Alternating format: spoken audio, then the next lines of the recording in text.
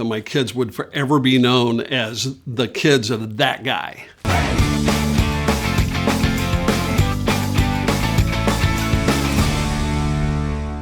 I'm a pilot, a private pilot, and I received my license in the 1980s in Torrance, California.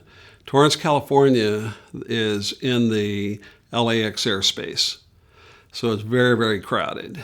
And while I was taking my lessons, I was doing a cross country with my instructor.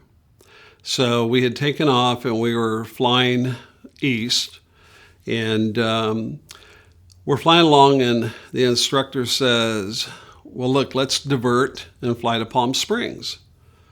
I said, okay, let's do it. When the instructor told me to divert to Palm Springs, it was totally normal.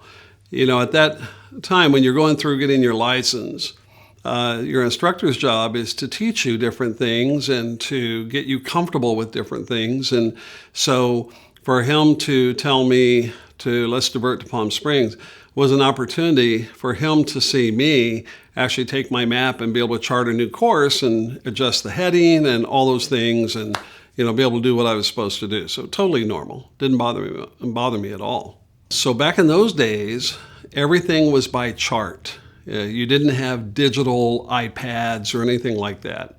And so if you're going to go somewhere, you literally had your chart out and you were charting your course and so forth. So he said, do you have your Palm Springs map?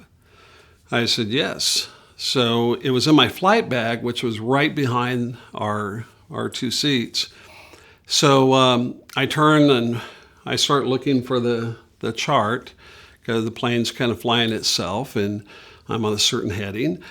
And then I can't find it, so he's like, okay, well, let me look too. So we're both like turned like this, looking and not paying any attention to anything, not listening to the headphones, nothing. We're trying to find the map.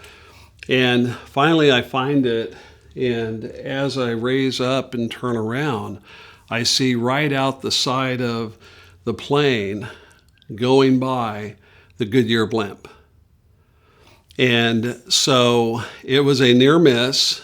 I almost crashed into the Goodyear blimp, because the Goodyear blimp was anchored at Torrance, California as well. And of course, in flight, you have to, with a plane, you have to give way to a dirigible or to a blimp. But I wasn't even paying attention, and neither was my instructor. And so immediately, shortly after, the tower comes, or the controller comes on the radio and told us to fly back to the airport and land. And we did, and he got fined and got chewed out, and I was just a student pilot, so I was okay. But what I learned as a course, you should always be aware of your surroundings. You should always be listening to your headphones. You should always be very alert, and you should know what else is in the air. Be aware of your altitude, your heading, all those things, because there obviously are other aircraft up there. I, have told that story and joked with my kids that, God forbid, I crashed into the blimp, that, if you looked up my name on Wikipedia, I would be the guy that died in a crash of the Goodyear blimp, and my kids would forever be known as the kids of that guy.